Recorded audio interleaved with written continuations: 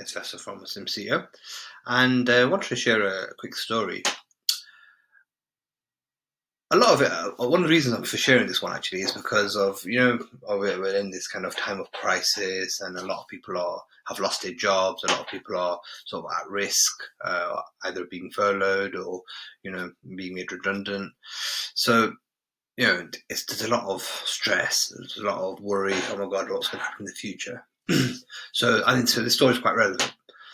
So there's this billionaire who was once asked, if you lost everything, how do you recover your wealth? What would you do?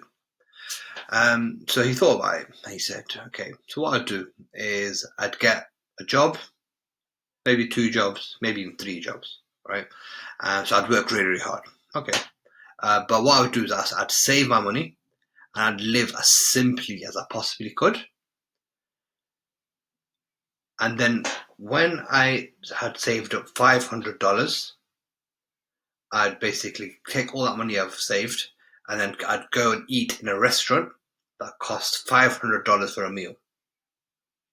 And then he said, I'd work more, live simply, and then save my money again until I saved $500. And then I'd go again and eat again in a restaurant that cost $500. So it seems strange, right? It's not like, why would someone do that? I mean, maybe that's why he lost his money, right? He's just been spending his money on food.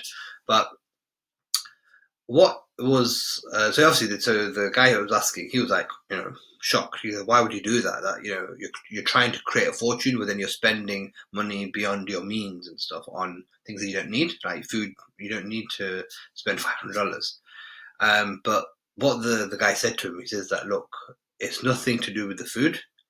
It's all to do with the associations.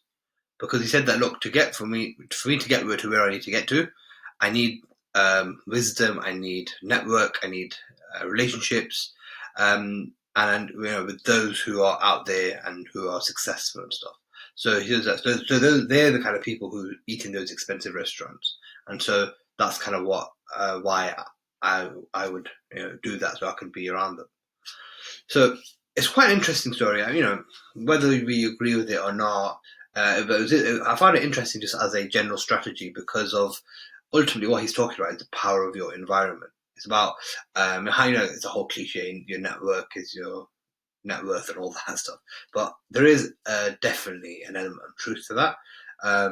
If you can build associations and surround yourself with kind of like-minded people, or those people who are much more successful than you, it can definitely give you inspiration. It can give you motivation. It can give you mentorship potentially.